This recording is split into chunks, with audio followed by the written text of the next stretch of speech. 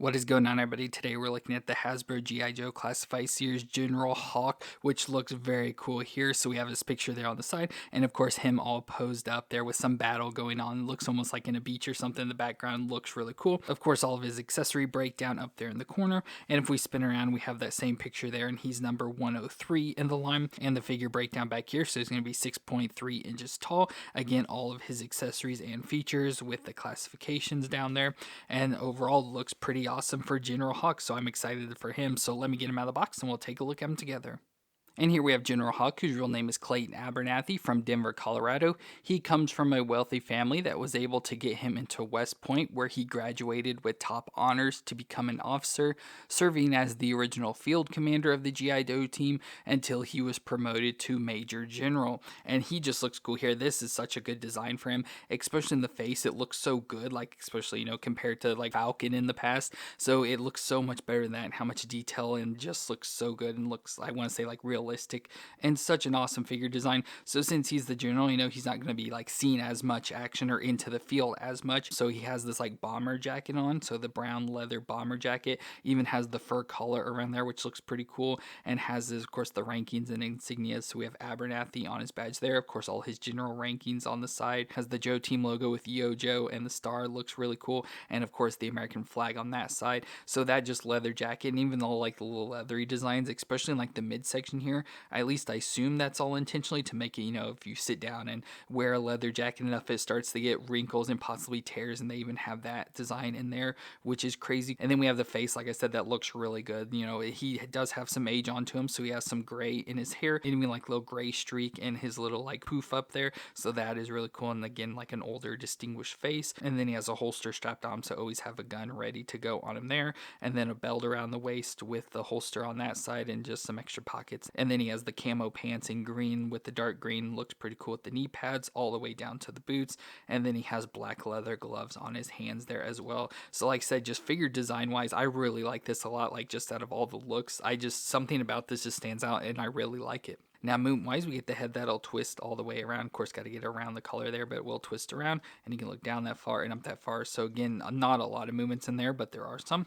We get the shoulders that can come up to 90 with that butterfly joint. Now his is a lot looser, so it almost is like the ball joint design. So it goes around in there, and then of course can twist all the way around. We get the bicep twist and the double elbow joint that can bend up that far at least, so pretty close to getting all the way up on itself.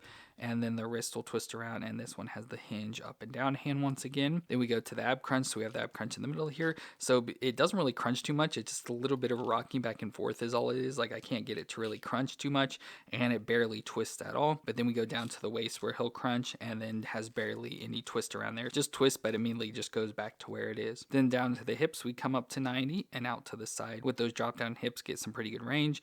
Thigh twist all the way around.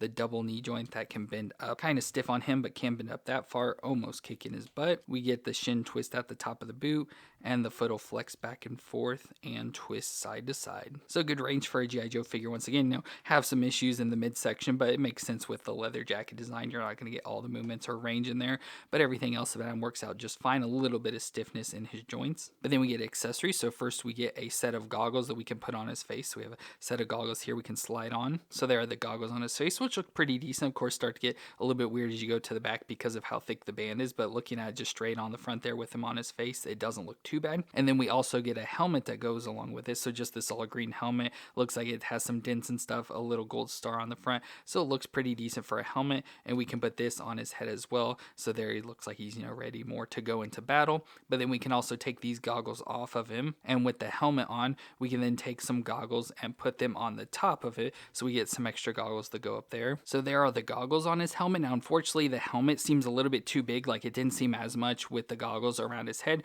So it may be like we've had in the past with like Dusty and stuff, where you may have to put him on the back of his head and have the band kind of up where it'd be hitting under there, just so it helps keep the helmet on a little bit more. So that may be an option, but there he is with the helmet. Overall, I like the design much better without the helmet, or at least with the helmet with the goggles on his face, but they're on top. I don't think it looks as good, but we'll just leave it there for now. And then for weapons, first we get a pistol. So we have a small small pistol that can go into the holster here on his chest. So it just slides right down in there. So he has that ready at all times. Then we also get a pistol that can go into the one on his thigh. And of course, I like the design where it has the star on there. So just a little bit more details on this pistol, and it can go into the holster here on his thigh, just slide right down in there. And then for his main weapons, first we get a shotgun. So pretty cool looking pump action shotgun on here. Looks pretty nice, just all in black. So let's put this in his hands. And there he's got the shotgun in his hand, which looks pretty decent. Now a lot of like what seems to be, you know, more of our high ranking people seem like they come with shotguns. So overall, I think he looks cool there. But what's really cool, and I'll probably give to him, is that he also comes with a grenade launcher, which is pretty cool. So we have this gun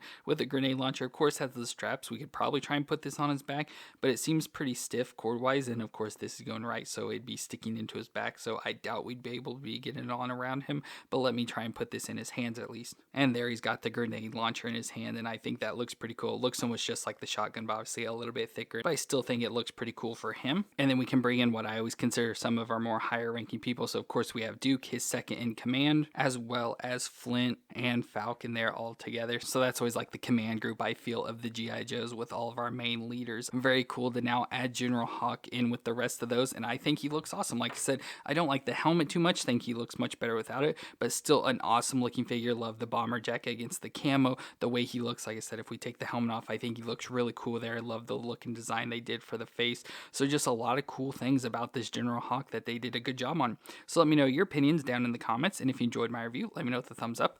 I want to thank y'all for watching. I hope you all stay awesome out there, and I'll see you in our next review.